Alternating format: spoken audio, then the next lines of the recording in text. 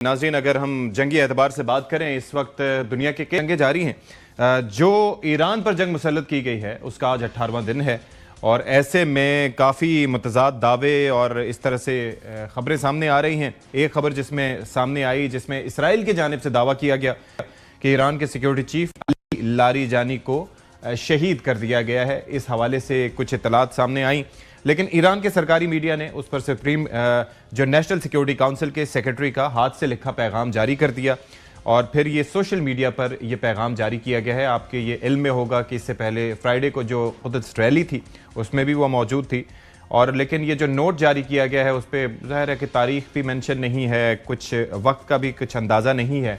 तो सवाल यहाँ पर ये उठाया जा रहा है कि क्या ये एक नोट या एक पैगाम जो हाथ से लिखा गया है इस बात का तयन कर सकता है या इसराइल के दावे की नफ़ी कर सकता है। ज़ाहिर है कि बड़े एक वोकल फिगर थे अली लारीजानी, और अल्लाह करे कि वो ज़िंदा हों, लेकिन जिस तरीके से हम देख रहे हैं कि इसराइल और अमेरिका के कोवर्ट ऑपरेशंस वहाँ पर जा रहे हैं, उसमें से एक इम्पॉर्टेंट चीज़ ये है कि वो किस तरीके से अपनी इंटेलिजेंस को यूज़ करते हुए ईरान के लीडर्स को ट्रैप करते हैं, ट्रेस करते हैं और ट्रैक करते हैं और उसके बाद उनके बाद ये कार्रवाई करते हैं। हमने जो आयतुल्लाह खामनाई के वक्त में भी यही देखा कि किस तरह से उनको टारगेट किया गया और जाहिर है कि उसके अंदर एआई का इस्तेमाल भी किया गया। तो ये बड़ा मोहतात रहने की ज़रूरत है। ईरान की जो मौजूदा लीडरशिप है उनके लिए बड़ा एक इम्तिहान है कि मुसलसल उनके ऊपर बमबारी हो रही है, लेकिन साथ ही साथ जितनी अपनी प्रेजेंस रखेंगे। नेतन्याहू से मुतालिक आप देख लें कि सदर डोनाल्ड ट्रंप मुसलसल प्रेस कॉन्फ्रेंसेस कर रहे हैं, मुसलसल सामने आ रहे हैं, लेकिन नेतन्याहू की जानिब से ये वीडियोस तो जारी की जा रही हैं जिस पर लोग कहते हैं कि जी वो एआई से बनी है या इस तरीके से, लेकिन उसकी जानिब से कोई प्रेस कॉन्फ्रेंस या इस तरह की बात नहीं की गई। यानी कि वो अपनी सिक्योरिटी को इतना मलहूज़ खातिर रख रहा है। लोग इसको कहें कि खौफ का शिकार है, वो भी अपनी जगह होगा, उसके पास छुपने की भी बहुत जगह हैं, वो कहीं से कहीं फरार हो सकता है, लेकिन इसके बावजूद एहतियात का दामन हाथ से नहीं छोड़ना चाहिए ईरानी लीडर्स को। इससे पहले उन्होंने मुस्लिम ममालिक से शिकवा भी किया था अली लारीजानी ने, और इस्लामी तालीमात के हवाले भी दिए थे और कहा था कि आप किस साइड पर खड़े हैं इस वक्त तारीख के। तो अब ये देखना होगा, बड़ा इंपॉर्टेंट इस वक्त जंग फेज़ में दाखिल हो चुकी है।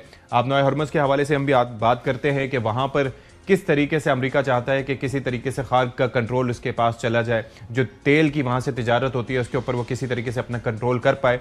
तो ये चीज़ अपनी जगह है। नेटो के साथ मिन्नतें अपनी जगह कर रहे हैं। बरतानवी वज़ीर आज़म से आपको पता होगा कि एक दिन उन्होंने कहा था आज से कुछ दिन पहले कि जी अब आपकी कश्तियों के जहाज़ों की हमें ज़रूरत नहीं है, और अब फिर उनसे भी दोबारा उनकी जानिब से मुतालबा किया जा रहा है। लेकिन कोई इस जंग में घुसने को तैयार नहीं है, क्योंकि किसी को ना तो ये पता है कि इस जंग का मकसद क्या है, ना ही किसी को ये पता है कि इसका वे आउट क्या है, ना ही इससे पहले जो मुहिम जोई होती रही उसके अंदर बाकायदा तौर पर मुख्तलिफ ताकतों को एतमाद में लिया जाता था। इस दफ़ा भी ऐसा नहीं है। फिर चीन और रूस कभी भी नहीं चाहेंगे कि इस स्ट्रेट ऑफ हॉर्मज़ पर किसी भी तरह से अमेरिका का कंट्रोल हो। उसूलन तो लगता यही है। एक चीज़ तो यह है। दूसरी जानिब पाकिस्तान की अगर हम बात करें तो ऑपरेशन ग़ज़बुल हक़ जारी है और पाक फ़ौज की जानिब से काबुल और नंगरहार में कामयाब फ़ज़ाई हमले किए गए हैं। और फिर ये जो एक प्रोपेगेंडा उनकी जानिब से किया जाता है कि जब भी वहाँ पर किसी को टारगेट किया जाता है फ़ौरन उनकी तरफ से आ जाता है कि जी सिविलियन इंफ्रास्ट्रक्चर को, जी हॉस्पिटल को निशाना बना दिया इस तरीके से। लेकिन ये बेसिकली एक अस्करी तरबियती कैंप था जिसकी फुटेजेस भी सामने जब आई तो उससे अंदाज़ा हुआ कि ये सारा का सारा ढकोसला था, सारा ड्रामा इनकी जानिब से किया जा रहा था, एक प्रोपेगेंडा किया जा रहा था पाकिस्तान को बदनाम करने के लिए।